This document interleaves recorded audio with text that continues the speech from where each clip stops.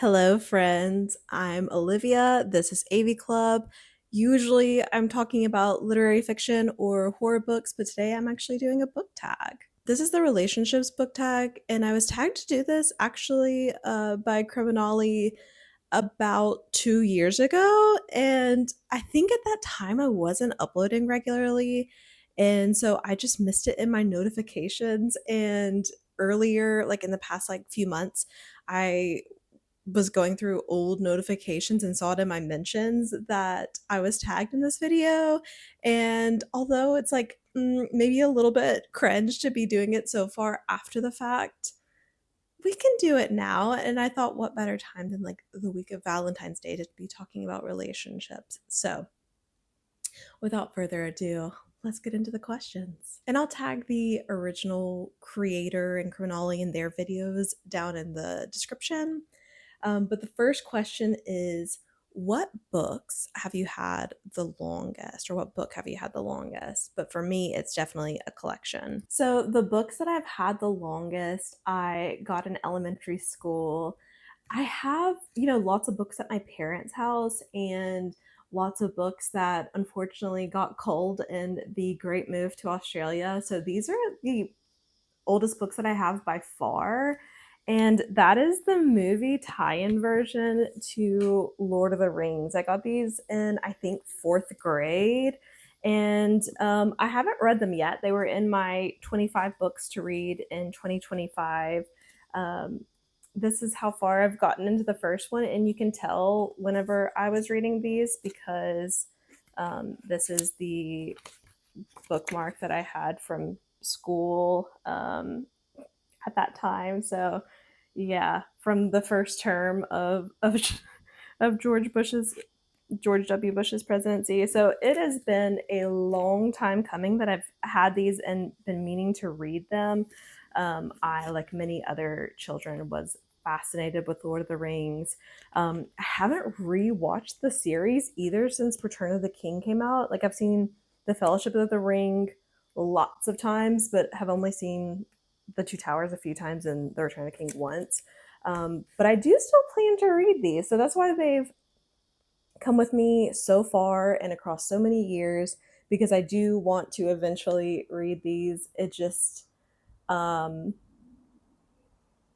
been the time yet. The next question is about, what author have you had a close relationship with for a long time? And I was looking through like my recently read books from the past few years, and there isn't anyone that I've been reading like truly since I was like a kid or even really a teenager, like maybe Sylvia Plath towards the end of my teenage years. But there's not like anyone that was releasing new stuff whenever I was a kid that's like still releasing new stuff and that kind of close relationship. So the closest thing that I have is someone that I started reading in my, I guess, early 20s or my college years, that I guess will be with for the rest of my life now, who's also not releasing new books because he's dead. But Philip K. Dick, I think, meets the criteria for this, in that his work has meant a lot to me for a long time. I guess like I saw A Skinner Darkly in high school, and that was probably like my first interaction with his work. And then going on to Minority Report and Blade Runner, and so then like going into the books off of that. And so they've just been with me throughout the years, and I still have plenty of his backlist to read. I guess it's all backlist. That's a crazy thing to say. But these are some of the ones that I've read, and I think most of them made it in the move with me. This is also not how the books are published in Australia.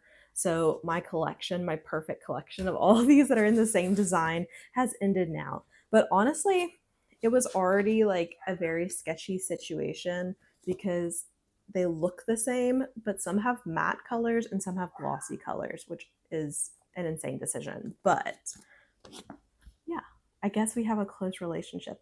It's more like he's like the weird problematic uncle.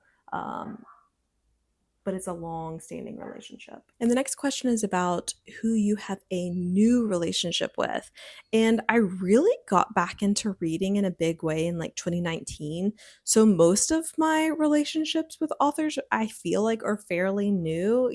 If it's like basically the past 5 years that I've really been reading a lot of books. But an author that I found, a horror author that I found that I love, and I think will be reading basically everything he publishes. Clay McLeod Chapman. The first one that I read from him was Whisper Down the Lane, which I got in a Nightworms package. And so that was my first introduction to him. And this was a book about the satanic panic and like a school teacher. It even has a signed book plate. We love to see it. And it starts with a rabbit that has been found to have been ritualistically killed on the school campus, and a teacher is blamed for it after a 5-year-old boy kind of accuses him of doing witchcrafty things. And so I think that Clay McLeod Chapman does a really good job of taking like kind of a fun. I feel like his concepts are pretty novel. I mean, obviously the Satanic Panic was a real thing, but like a fun kind of slumber party movie um, type of concept, but then like really taking it to a new level in terms of like the emotional development. Fun concepts, except for like Ghost Eaters was like pretty grim and dark throughout. And it was about like a mushroom that you can eat to see dead people, to see ghosts. And I felt like this one was like pretty dark throughout. But the other ones, my favorite of his was the remaking, which was about a horror movie that was made in the 70s and then was remade in the 90s, and then like has like a meta. It's a very interesting chronological placement of these stories that really grows on having like this like child actor story and commentary on child actors and horror movies receptions and urban legends. It was just like a lot of stuff that I liked. So Clay McLeod Chapman is definitely one that I will continue to be reading, and so I think they've all been wins for me to some degree. Um, and so I think is someone that I can consider having a close relationship with. The next question is about books that influenced you over your formative years. And the first one that came to mind for me, and so I just didn't think any further because I felt like the one that jumped out was probably the most formative, was a series of unfortunate events. And this was I guess it's a middle grade book series, but I read it in elementary school, or I guess until it finished coming out sometime whenever I was in middle school, about three orphans, the Baudelaire orphans, and they, are, I think everyone is like loosely familiar with the series of unfortunate events, but I loved like, I guess it was like kind of my first entry into horror books because horrible things are happening to these kids. There's like weird, kooky characters in every book. I like that each book took place in a like totally different place. Like one is in like submarine caverns, and one's at a school, and one is at a carnival, like a circus. And so I loved them because I felt like I was learning a lot about the world, which is something that children's media doesn't do as much as it used to. I was watching I was going to say like watching a documentary, but I think I was reading a tweet.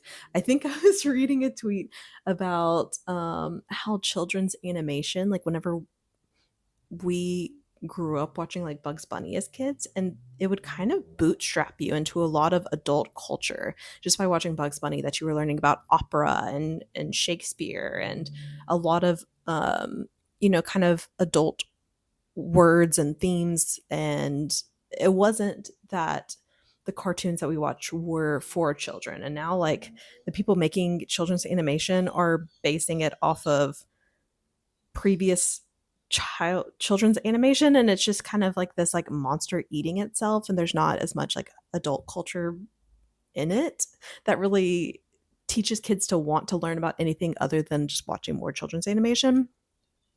But I feel this way about a series of unfortunate events too. That what really appealed to me was how funny it was. That it treated me as a child reader, that I was smart and that I could learn new things. I could learn new words. Um, there's a lot of like idioms in it and a lot of double entendres, and it explains it to you as a child, but it doesn't treat you like you're not smart enough to get it. And I feel like probably like a lot of my humor at that time was influenced by it, and just how I talked, the kind of words that I was interested in.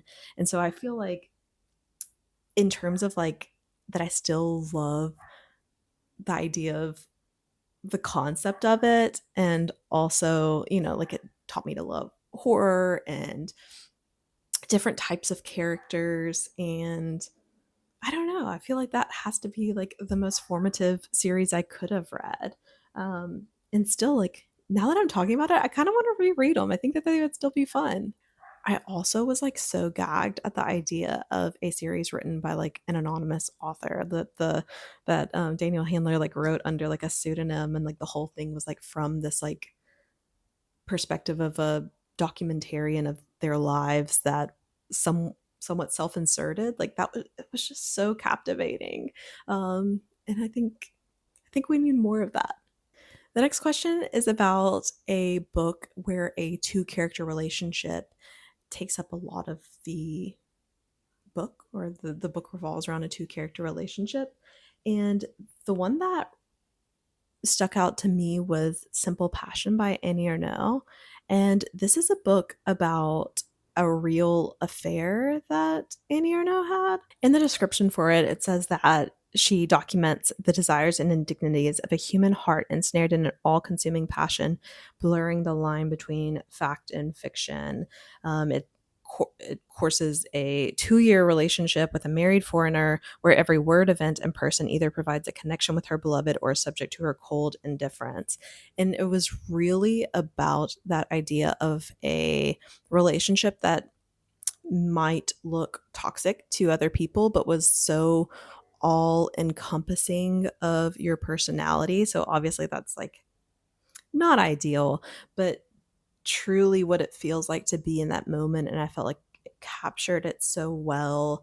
And really, like, the ending of it stuck out to me a lot, about that kind of, that none of it really mattered or meant anything, that it didn't mean something about her as a person to have been in this kind of relationship. It just was what it was. And I think that, I don't know, I don't know if you have to be able to relate to that kind of relationship.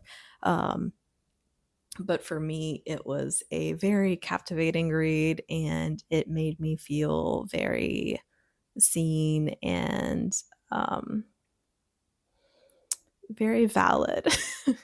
And I love it. She could have been my answer, I think, for a new author that I have a close relationship with, because I think she's wonderful, and I've also loved everything that she's written. The next question was about a book with a depiction of family relationships. And to me, there's like a lot of books that I think matter to me in how mother daughter relationships are captured. Um, a lot of memoirs, and some more painful than others, but probably my favorite of those, and probably one that most people have heard of, is Crying in H Mart by Michelle Zauner. And I was already very familiar with Michelle Zauner because I love Japanese Breakfast, who that's her band. And then this book got very popular with people who have never listened to Japanese Breakfast. So that's very cool. It's about her relationship with her mother and growing up mixed race. She has a Korean mother. A lot of it is about her identity as a Korean American, and that she was the only Asian American in her school growing up. Um, and didn't really have a connection with her identity there. She stayed in Seoul with her grandmother and talked about bonding over food with her grandmother and her mom there. When she moved back to the United States and had her band, she was less connected with her Korean identity, although she was finding herself in other ways, finding the person who would become her husband in the band. And but then things changed whenever she was 25 and her mom had a terminal pancreatic cancer diagnosis, and talking about how painful that was, about having a strained relationship with your mom, having a strained relationship with your identity, and learning to re-find that through like a really painful time. It was so so well written of a book. I don't know if she's planning on writing more or if it's just one of those things where it's like, I mean, she's a full-time musician, so is it just a one and done? I'm not sure. But I love this book. I recommend it. But yeah, if you just have to be, I guess, ready to examine your own relationship with your parents. And I think, mother-daughter relationships are well documented as being sometimes painful, sometimes complicated, and a lot of examination. And the last question was about a book that captured the love or obsession with a different art form. And I'm so excited that I literally just finished reading a book that works perfect for this. And that is Deep Cuts by Holly Brickley. This is an arc and it's coming out in Australia in April, but I think it's coming out this coming week in the United States.